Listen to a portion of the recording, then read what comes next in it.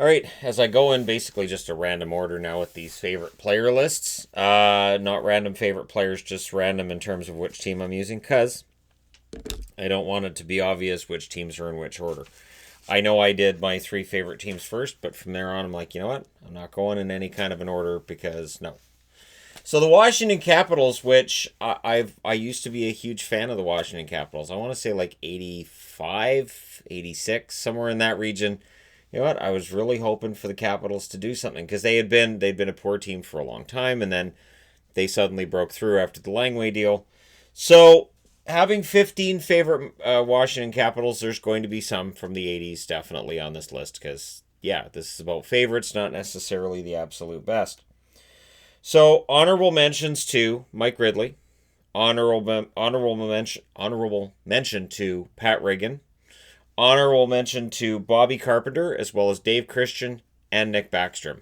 Yeah, I probably could have done 20, and it would have been those five that were in the top 20, but I'm going to limit it to 15 because everything else has been limited to 15. And then I'll go back and I'll do a Canucks top 100 because sure. Number 15 on the list, keeping in mind the honorable mentions. So when people go to the end, they go, "Where's so and so?" You guys can go, "Yeah, they got an honorable mention. They got mentioned in there." Number 15. Keeping in mind these are my favorites.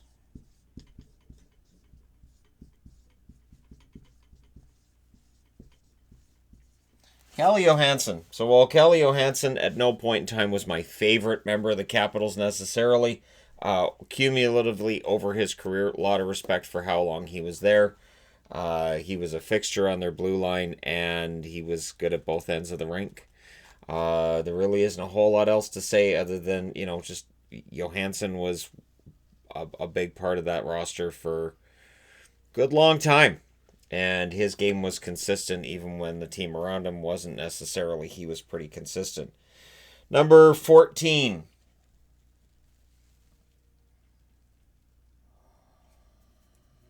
This is actually tough because there are a lot of players on this list. I'm like, gee, I really like this guy. Okay, so number 14.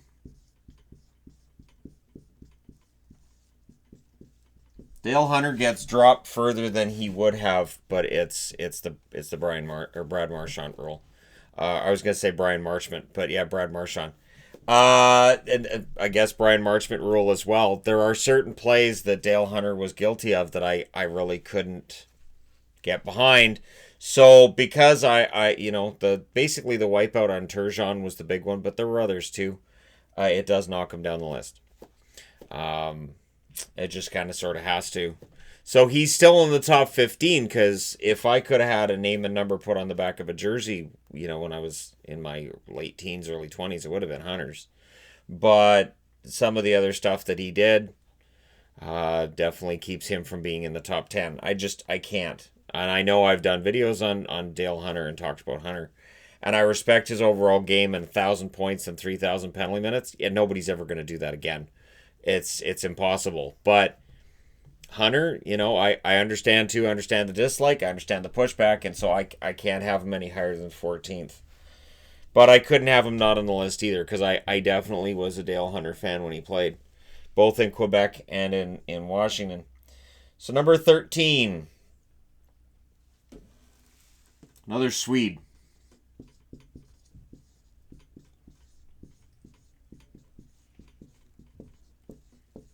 Bent Gustafsson. Bent Gustafsson was an odd one in that he went home and played in Europe and then tried coming back and it didn't quite work out. So Gustafsson had a shorter NHL career than he probably should have. He was one of my favorite players for the Capitals at a time where they were one of my favorite teams. And Swedish players I've always had somewhat of an affinity for because growing up cheering for Vancouver, you kind of get used to the Swedish names being thrown out there all the time. So Washington's kind of had some similar history when it comes to European players. They definitely, with Backstrom currently, they have a very prominent Swedish player. But yeah, Gustafsson was one of my all-time favorites. Number 12.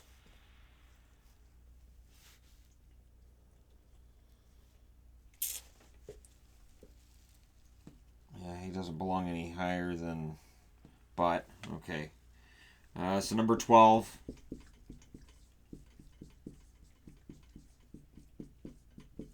Kevin Hatcher. Apparently it's bath time behind me. They were all sleeping 5 minutes ago. Kevin Hatcher. Maybe it's just they know the camera's on and they're like, we got to look good. Got to look good for a moment. Kevin Hatcher, one of my favorite in that he was tough. He could score goals. He could do pretty much everything out there. Eventually he would end up in Dallas, play with his brother. Sadly didn't last long enough. But yeah, Kevin Hatcher was one of my favorite Capitals.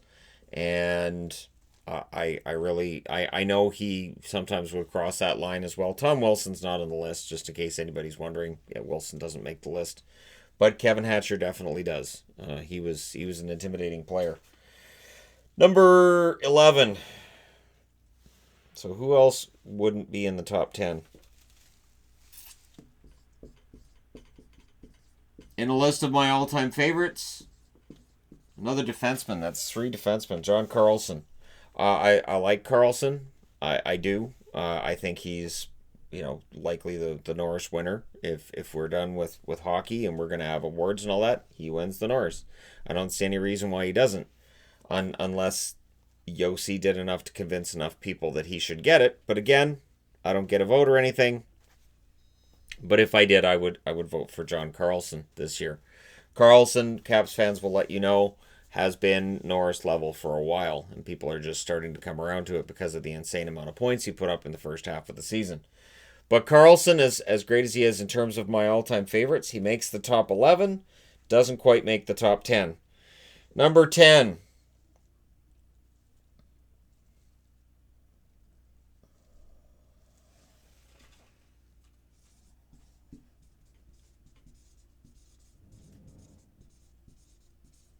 Peter Bhandara. Bhandara went from a guy there wasn't a whole lot of hype towards to 50-goal scorer. Is what seemed to be really pretty quick time. Bhandara, one of the best pure goal scorers that the Capitals have had, would have been the best except for some guy who wears number 8. Probably the best that the Capitals have had. But Bhandara, he was part of a pretty successful run that the Capitals had. Keep in mind the 98 run and all that.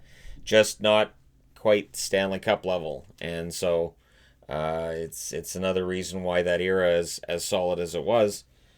Going to be disappointing for Caps fans, like the 80s as well, where they had some pretty darn good teams and just couldn't quite get over the hump. So Bhandara for me is at number 10. Number 9, again, this is my favorites.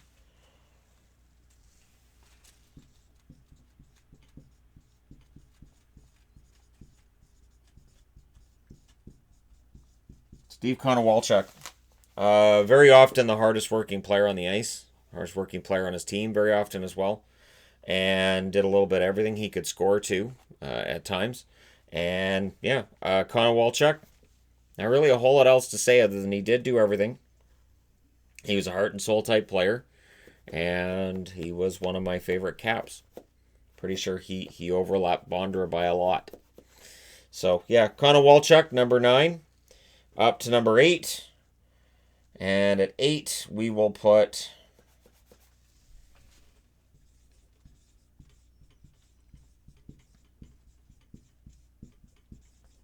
Braden Holtby.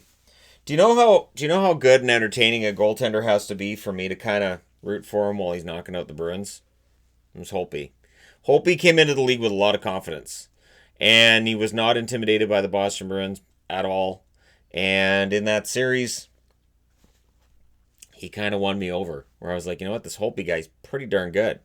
And I haven't seen anything from him since then to tell me he's not. Now, he's had some trouble this year, of course, and he's going into his UFA year. Well, he's in his UFA year. He'd be UFA this summer.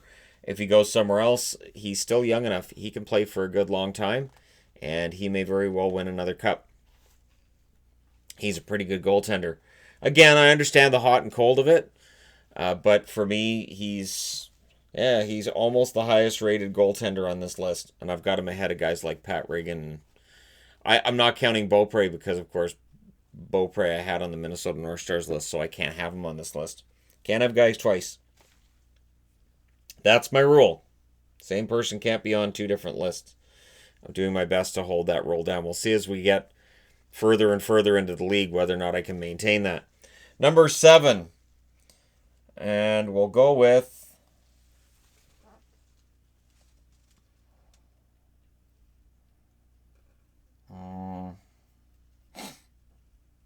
yeah, I guess I'm going to have to go with him here. I really don't want to, but the other 6 guys I like more. Mike Gartner. And it's funny, Gartner had this record of just 30-goal seasons. Nothing, no big deal. And he was really insanely consistent. Great guy, too. Like, fast skater, great goal scorer. And I never heard anybody say anything bad about him. He's a great guy. Very, very nice person. And just all around extremely likable. And yet, we look back and go, well, yeah, he scored all those goals, but the 80s. Yeah, but he was consistent. He was insanely consistent when it came to 30-goal seasons. And he was a great scorer and, like I said, a great skater as well. So that gets us into the top 6, and this is where things get kind of dicey because we're into guys that I really, really liked. And so at number 6, I'll put the other goaltender, Olaf Kolzig. Kolzig, he toiled in the minors for a while. It took him some time in order to reach that potential. I remember just before he got there was some debate about whether or not he'd get there. And then all of a sudden, it happens, and Kolzig becomes arguably the best goaltender that the franchise ever had. I say arguably because, of course, Braden Holtby does have that Stanley Cup ring and Vezina and all of that. But between Kolzig and Holtby, I guess the Cup ring would give the nod towards Holtby, but Kolzig drags him to a Stanley Cup final. So, again, Kolzig at number 6 as things get tougher and tougher. Number 5, prototypical Shannon cheers for him kind of player. Kelly Miller. Played for a very long time. Didn't score a ton of goals. Worked really hard. Could work multiple roles on this team and work his way up and down the lineup. You need him to fill in top 6. He can do that. If you want him on the third line, he can go there too. And played nearly 1,000 games with the Washington Capitals. One of the many Miller brothers. And Kelly was fantastic. As much as I pulled for Kip, as much as like, you know what, Kip's got to hit. Come on, Kip. Kelly was one of the best of the Miller brothers. Because again, there's Ryan Miller, right? So I'll say Kelly at 5. Number 4 on the all-time list. No, I don't want to do that either. All right, number 4.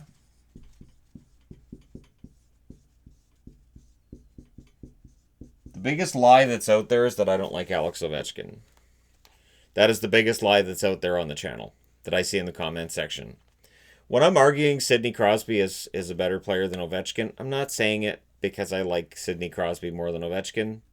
I'm not saying it because I don't want the opposite to be true. I'm saying it because on an objective level, Crosby throughout his career has been better than Ovechkin. But here's the thing with Ovechkin. If you go back to, say, 2012, you go back that far, I couldn't stand Ovechkin. I thought he was selfish. I thought he was a me-first player, not a team player. Notice I'm saying I thought, not that he was. And I thought that, some of the Stanley Cup choking that was going on was on him. And then as the years have gone on, he won me over. And he won me over before they won the Stanley Cup. So this wasn't they won the Stanley Cup thing. I actually did a video in 2017 on how I didn't think it was Ovechkin's fault that they weren't winning Stanley Cups. And so, to me, Ovechkin is one of the greatest players I've seen. And I don't have any dislike for him at all at this stage. Admittedly I did, but I don't. And, it just shows that my opinion on players can change. It definitely can, and it does frequently change. And with Ovechkin, I have a much more positive opinion of him now than I had. So, good on Alex. Number 3.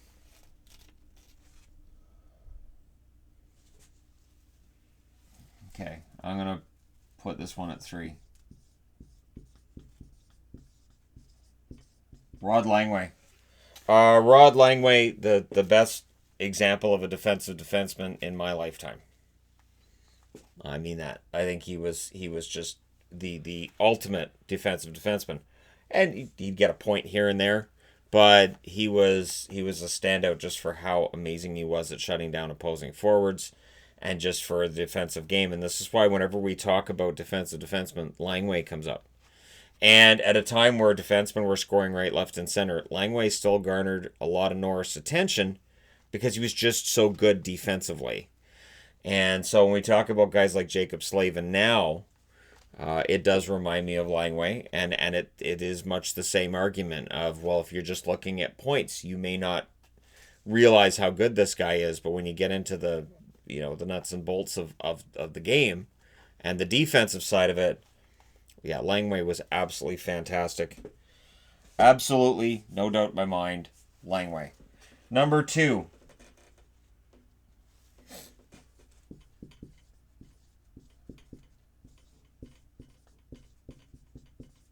Sergei Gonchar.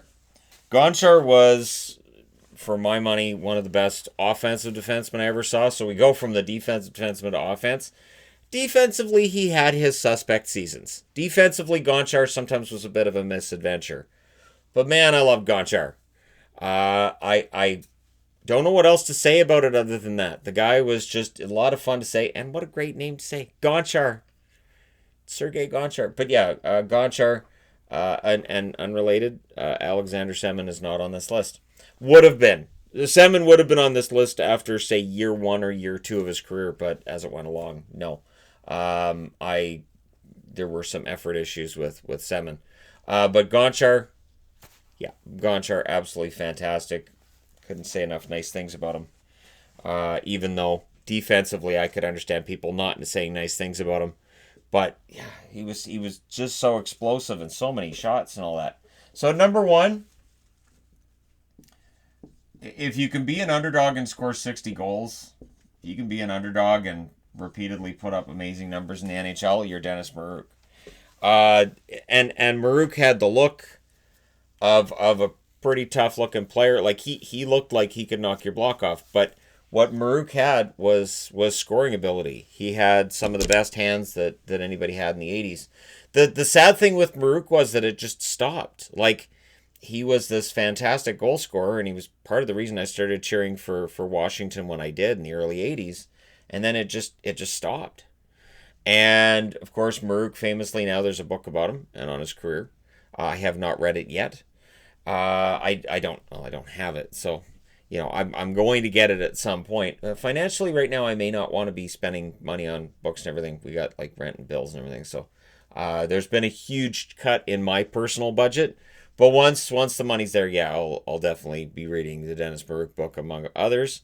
And he was kind of a fantastically good player for a short period. And again, it's easy to overshadow that because this was the Gretzky era. So it's easy to kind of sort of forget what Dennis Burke was. But for me as a Caps fan in the 80s who cheered for guys like Maruk and Bobby Carpenter and Dave Christian, among others, Kelly Miller would come in later. Yeah, I was a pretty hardcore Capitals fan for a while there, where if you before I became a big Bruins fan, the Capitals could have been in that top 3 favorite teams with Minnesota and Vancouver. But there you go. My 15 favorite Capitals. Let me know your thoughts in the comment section below, as I know everybody will. Don't forget to hit like and subscribe if you're browsing your way through. You just happened upon this video. Thank you guys so much for watching, for all your support. I will talk to you again soon.